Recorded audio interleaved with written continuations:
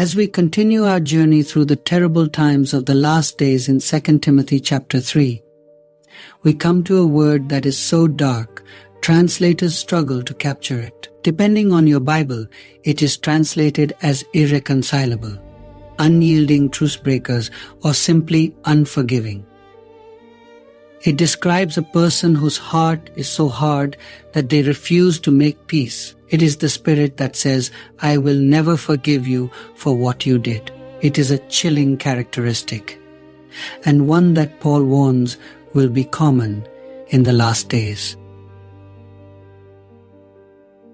What does it mean to be irreconcilable? It is more than just being angry. It is a settled, stubborn refusal to be at peace. It is a commitment to holding a grudge. The trucebreaker is the person who, even after an apology, keeps bringing up the past offense. The unforgiving person becomes a jailer, keeping another soul locked in the prison of their bitterness.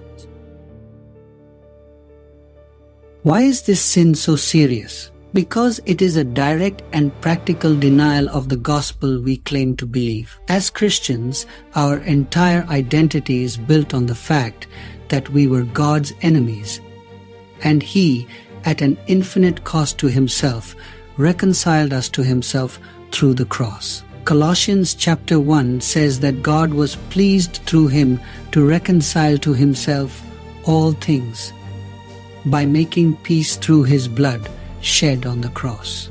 We who have been shown an ocean of grace have no right to withhold a single drop of it from another. Jesus told a parable that illustrates this hypocrisy perfectly. It is the story of the unmerciful servant in Matthew 18. A servant owes a king an unpayable debt, the equivalent of billions of dollars. He begs for mercy, and the king, in an act of stunning grace, cancels the entire debt. That servant should have been the most grateful, forgiving person on earth. But what does he do? He immediately goes out, finds a fellow servant who owes him a few dollars, grabs him by the throat, and demands to be paid back.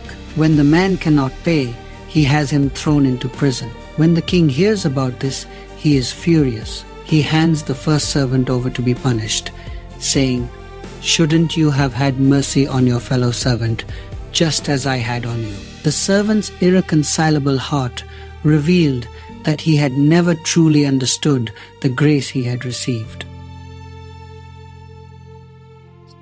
This parable is a terrifying mirror for our own hearts. Do we celebrate the forgiveness we have received from God on the Sabbath, and then spend the rest of the week holding grudges against our spouse, our co-worker, or a fellow church member?